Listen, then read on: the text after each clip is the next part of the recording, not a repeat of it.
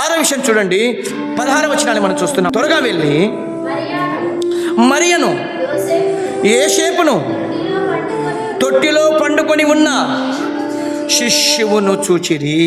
ఇక్కడ ఏమంటున్నారంటే శిష్యువును చూచిరి. ఎవరిని చూశారట? ప్రభువును చూశారట. ప్రభును చూచారు. ప్రభును చూచి సంతోషించారు. ప్రభును చూచి ఆనందించారు. ప్రభును చూచి ఘనపరిచారు. ప్రభును చూచి గానము చేస్తున్నారు. ప్రభును చూచి ఆరాధిస్తున్నారు.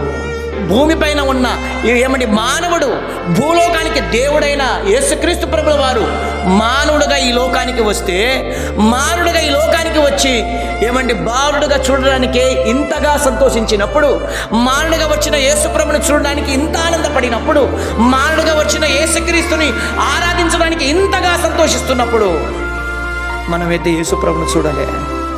మనమైతే యేసుప్రభు శిలువ పైన మరణించి చూడలే. అయితే ఒకటి ఉంది, మనకి ఏంటో తెలుసా? పరలోకములో యేసుని మనం చూడబోతున్నాం.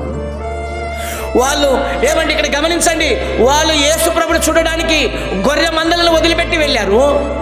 ఇక్కడ గమనించండి, మనము కూడా పరలోకానికి వెళ్ళాలంటే మనకి రెండు సూత్రాలు ఉన్నాయి.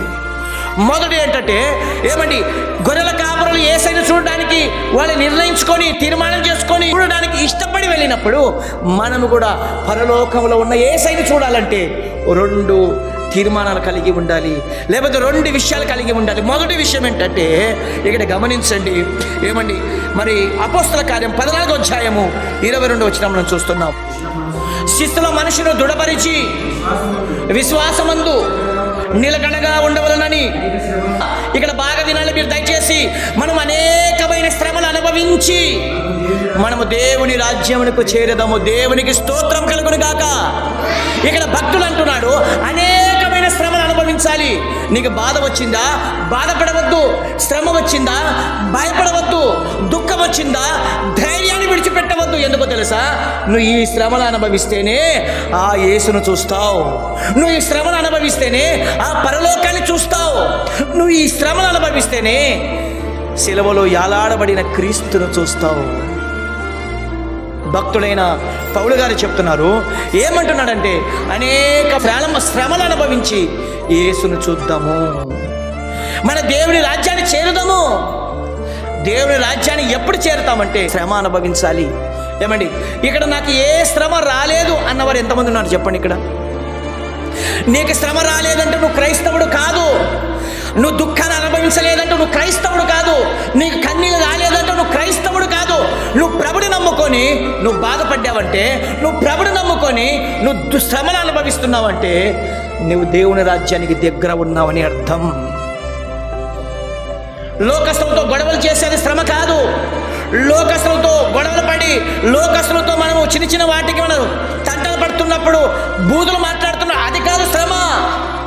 దేవుని కొరకు నువ్వు నిష్కారంగా నీ దగ్గరగా కేవలం ప్రభుకు నమ్ముకున్నప్పుడు జనులు నేను నిందిస్తున్నారు చూడండి, మిమ్మల్ని అవమానపరుస్తున్నారు చూడండి, ఎందుకు మీరు ప్రభుని నమ్ముకున్నారని హేళన చేస్తుంటారు చూడండి.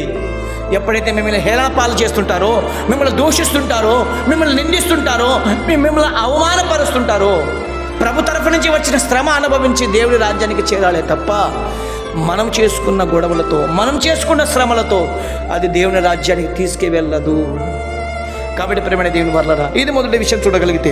రెండో విషయం ఏంటంటే ప్రియులారా, హెబ్రీ పత్రిక 12వ అధ్యాయము 14వ వచనం, అందరితో సమాధానమును పరిశుద్ధతయు కలిగి ఉండుటకు ప్రయత్నించుడి. బాగా వినండి మాట, పరిశుద్ధత లేకుండగా ఎవడును ప్రభును చూడడు. ఆ రోజు గొర్రెల కాపరులు ప్రభుని చూడడానికి గంతులు వేస్తూ ఆరాధిస్తూ స్తుతిస్తూ వెళ్ళారు.